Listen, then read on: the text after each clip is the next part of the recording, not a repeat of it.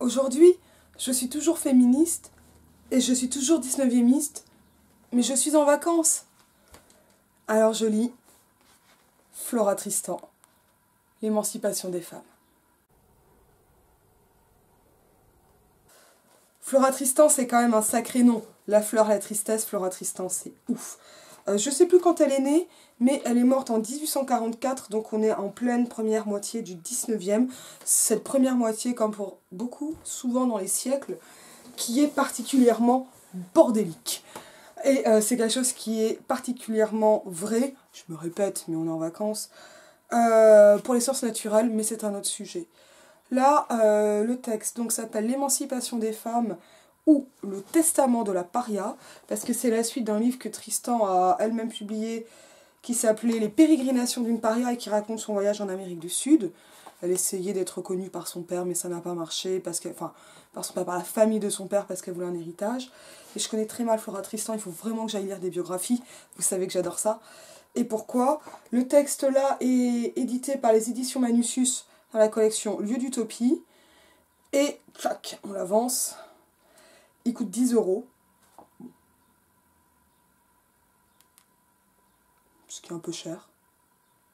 Mais c'est un beau livre. Avec un joli papier, bon, que j'ai complètement cradossé. Un format sympa. Enfin, c'est pas mal. Donc c'est Adolphe Constant qui est le premier éditeur de ce texte en 1845. Flora Tristan, c'est alors c'est une figure très particulière parce que, alors pour le peu que j'en sais, hein, donc sous réserve du peu que j'ai pu attraper au vol, elle est une femme. Alors d'abord, bon, bah, elle est la fille de sa mère, elle n'arrive pas à être la fille de son père, qui meurt quand elle a 4 ans et demi. Elle vient d'un milieu particulièrement, enfin, où elle plonge dans la pauvreté à partir de la mort de son père. Elle est mariée à 17 ans à un ouvrier graveur et son mariage est une catastrophe puisqu'elle est humiliée, séquestrée et battue. Elle finit par obtenir une séparation de corps. C'est une époque où le divorce n'existe pas. Ce qui arrive à les mettre un peu à l'abri. Et elle l'est déjà un peu dès son mariage, une militante ouvrière et féministe. On est ici dans les années 1830-1840. Donc on est sur des mouvements quand même très très particuliers, c'est-à-dire qu'on est avant 1848, qui est un paroxysme et en même temps la révélation et le catalyseur des doctrines utopiques, enfin des socialistes utopiques, donc Fourier, Saint-Simon. Alors tout cela, ils sont là avant, mais on voit voir une large diffusion de leurs thèses autour de 48, pour ce qui est de Saint-Simon, notamment grâce à Prosper Enfantin, etc. Flora Tristan, énorme postérité. Quelques petites phrases comme ça, l'émancipation des ouvriers ne peut venir que des travailleurs ne peut venir que des travailleurs. Ou, et celle-ci elle est connue parce qu'elle a été reprise par Engels, et souvent on l'attribue à Engels, la femme est le prolétaire du prolétaire.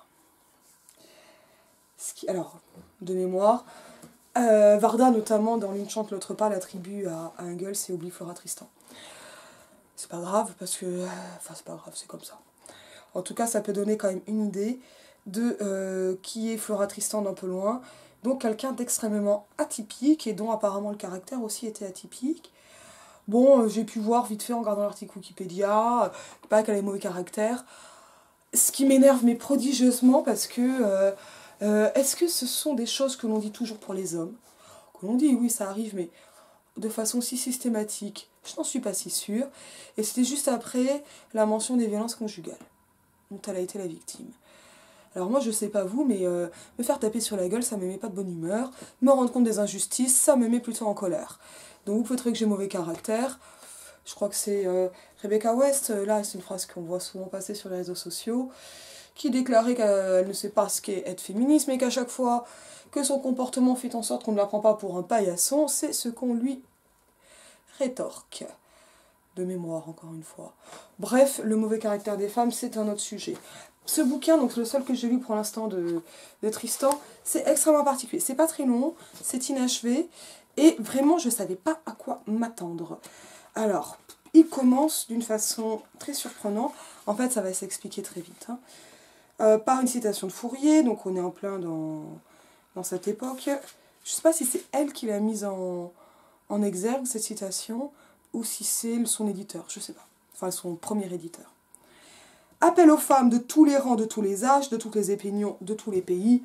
Femmes, vous dont l'âme, le cœur, l'esprit, les sens sont doués d'une impressionnabilité telle qu'à votre insu, vous avez une larme pour toutes les douleurs, un cri pour tous les gémissements, un élan sublime pour toute action généreuse, un dévouement pour toutes les souffrances, une parole consolante pour tous les affligés. Femmes, vous qui êtes dévorés du besoin d'aimer, d'agir, de vivre, vous qui cherchez partout un but à cette brûlante et incessante activité de l'âme qui vous vivifie et vous mine, vous ronge, vous tue.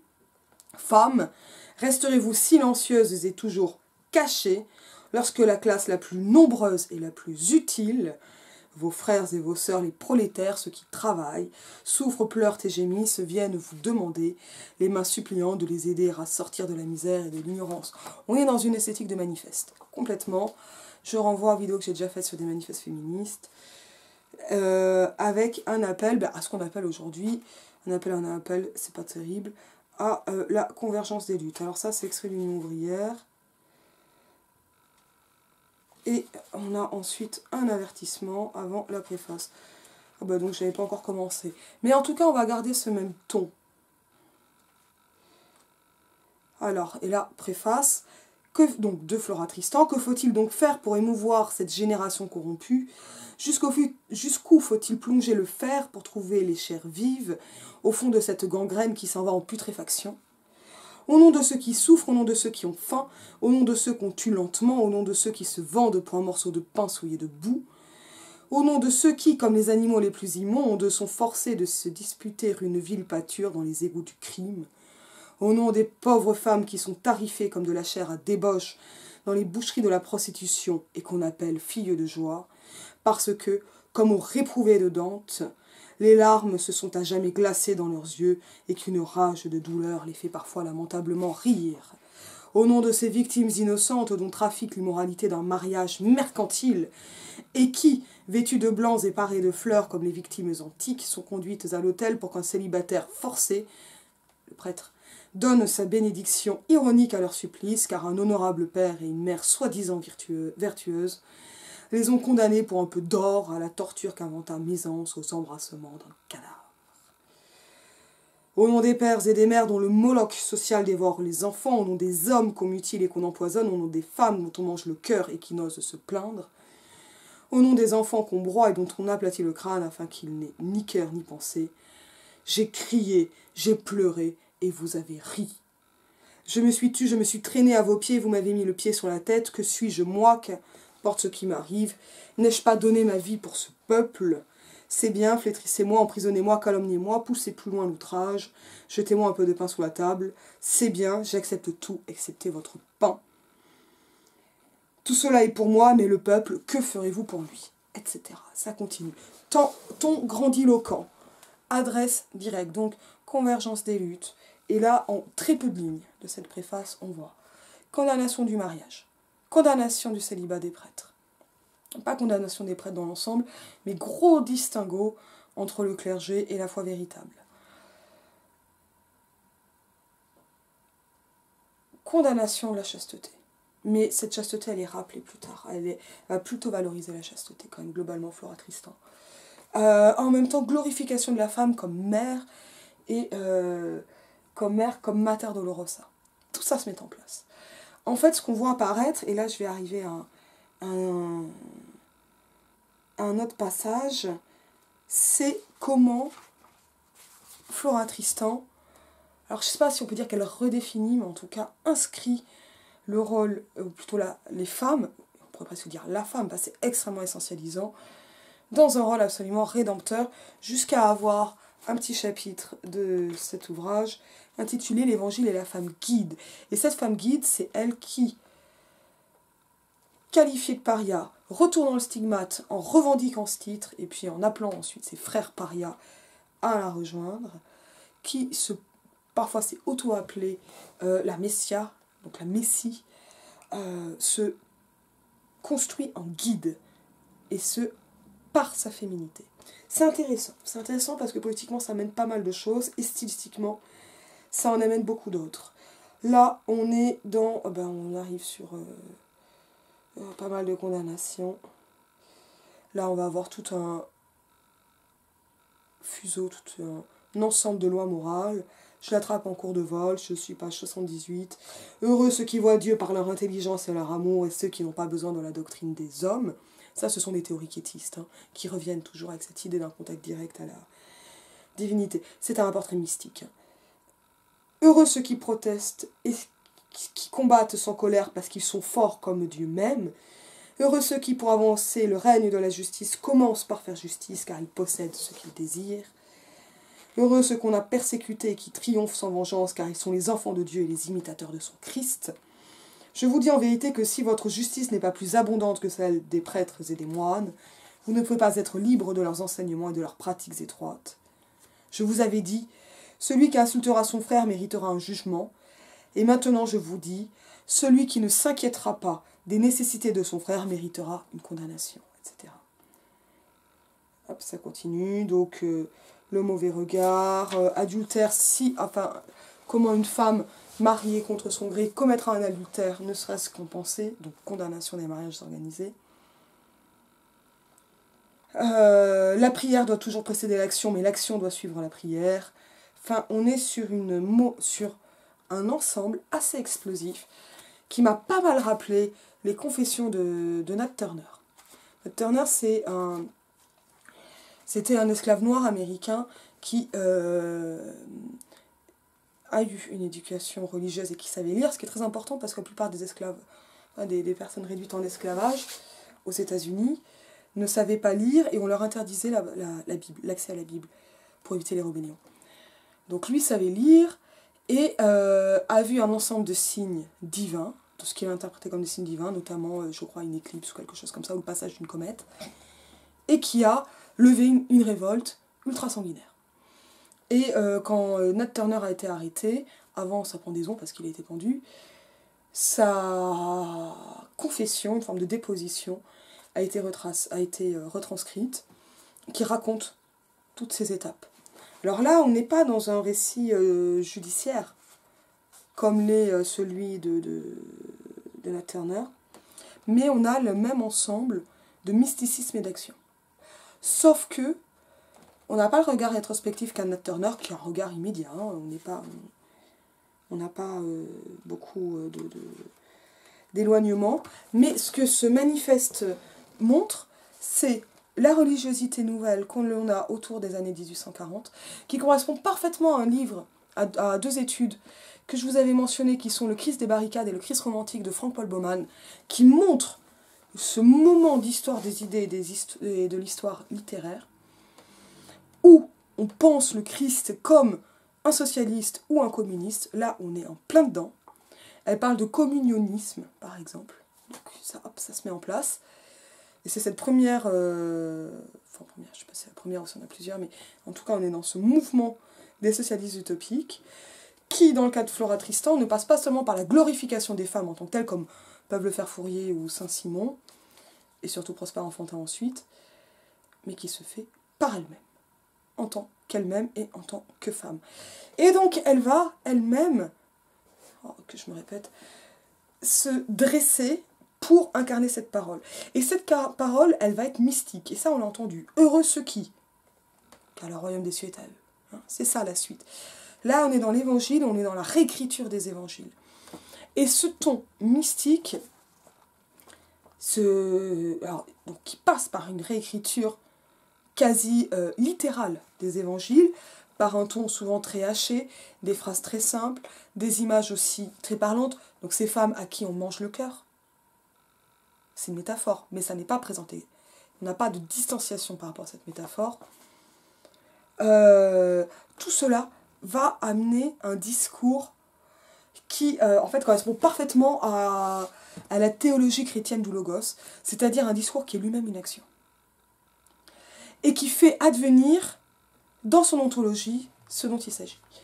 Et c'est pour ça que l'on va avoir des condamnations, mais aussi des moments plus brefs, hein, mais d'utopie pure. La communauté serait établie, je suis page 91, sur toute la terre, et un seul riche s'excommunierait lui-même parce qu'il voudrait garder ses biens. Il en aurait le droit, et l'on devrait respecter tout ce qui serait à lui. Seulement, on le regarderait comme un mauvais frère et on l'inviterait à rentrer en lui-même. On lui ferait tout le bien qu'on pourrait pour lui donner un salutaire exemple, et à la fin, sans doute, il en serait touché. Donc c'est cette croyance en une parole efficace, plutôt en l'efficace de la parole, donc en une parole performative qui transforme le monde. Et d'une certaine façon, elle le transforme déjà quand on a ainsi des femmes qui, à la suite de Flora Tristan, se dressent, se mettent en scène ou prennent les devants sur la scène politique. Et tout le discours politique de Flora Tristan est un appel à cela, et pour les prolétaires, et pour les femmes. Pourquoi reprendre les évangiles? Bon, évidemment parce qu'elle a la foi. Malgré sa séparation, on va dire, du bon grain et de l'ivraie, au niveau, pour ce qui est du clergé, évidemment, elle garde la foi. Une foi qui va être plus directe que le rapport que l'Église d'alors ne le met en place. Donc, en fait, une Église qui correspond beaucoup plus à celle des premiers chrétiens. Elle a la foi. C'est aussi une parole, en fait, qui est déjà un lien. Alors, l'étymologie de religion comme religio qui lie, elle est fausse. Par contre, elle est belle et elle est efficace. Donc, c'est-à-dire que c'est déjà une communauté, et c'est une parole qui, alors on va dire, a fait preuve de son efficacité pragmatique, hein, depuis 2000 ans, presque à l'époque, qu'elle est répétée, transmise, traduite. Elle se charge ainsi des uns pour avoir une nouvelle orientation qui, alors non pas chez Flora Tristan aussi explicitement, mais en tout cas, qui se présente comme revenant aux origines pour mieux actualiser le projet christique et faire advenir le royaume de Dieu. Et ça passe par des choses comme ça tout à fait étonnantes. Alors, elle ne va pas présenter le Christ pour dire il a dit ça donc il faut ça. On n'est pas dans un rapport exégétique. On est dans une réécriture incarnée, vraiment incorporée, sentie et reproduite comme ça par le texte et par un texte qui a une voix. Organisons un service d'assistance mutuelle entre les pauvres et entre les corps d'État. Demandons avec persévérance le droit au travail et protestons par tous les moyens légaux contre l'exploitation injuste. Impératif. Nous. C'est déjà en place. Si je proteste, page 93, au nom des parias, toujours ces fameux parias, contre la société marâtre qui les repousse, ce n'est pas pour diviser, c'est pour réunir. Tout ça, ça marche, et ça marche aussi parce que beaucoup de femmes dans l'Évangile, une importance... alors, Marie-Madeleine, Marie, les femmes autour du Christ, c'est important, ce sont les femmes qui sont les premières à recueillir le miracle de la résurrection, etc. Donc, on va avoir cette présence, mais, alors, et on va... En fait, ce que fait Flora Tristan, c'est qu'elle reprend le mysticisme qui se noue autour de la figure mariale, donc Vierge et Mère, hein, pour l'actualiser, l'incarner, et elle-même se placer en Messie. Et c'est pas vraiment une blague, en fait, cette position messianique. Elle est vraiment là. Alors, le problème, c'est que ça en pose plein. Du point de vue social et des revendications sociales de Flora Tristan, elle reste assez imprécise. En fait, je pensais lire un programme politique et j'ai lu un manifeste, avec peu de programme politique. C'est pas grave, littérairement c'est très beau. C'est une belle lecture, mais et c'est un beau programme. Politiquement, le problème, et en fait il a complètement dépassé, c'est que ce que l'on a gardé, c'est la beauté et le mysticisme autour de la féminité, mais sans le programme politique. On l'a désubstantialisé, on l'a vidé. Et c'est pour cela que, peut-on parler de féminisme, mais que les revendications autour de la condition des femmes dans les années 1860, alors c'est pas immédiat, hein, je vous fais pas de causalité, là ce sont des hypothèses, mais vont porter sur le fait de revendiquer une égalité dans la différence, donc une complémentarité, ce genre de choses, et une glorification par exemple des travaux domestiques ou de la maternité. Et ça a duré longtemps. Ça a duré longtemps, d'une certaine manière, Marguerite Durand, dans les années 1880-1890 et début 20e, elle est morte dans les années 1930, Marguerite Durand, reste dans cette optique, notamment pour ce qui va être de la beauté, de l'élégance, etc. Elle était très belle, hein, ça a aidé. C'est pas le choix qu'aura fait Gloria Steinem, mais bon, Gloria Steinem est vivante. Hein.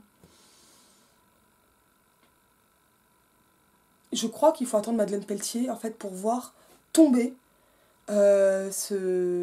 Alors, le culte de la maternité en soi, pour vraiment l'attaquer de front en tant que femme, il y en a d'autres hein, qui ont demandé l'avortement, et bien sûr qui l'ont pratiqué.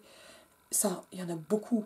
Mais Madeleine Pelletier reste, je crois, une figure très forte d'opposition frontale à ce mythe de la mère et de la femme mère, et qui en tant que mère peut devenir messianique. Et c'est très beau, et c'est un grand piège. Et là, le 20e, fin 19e avec Madeleine Pelletier, qui est morte en 1939. Elle est née en 1974.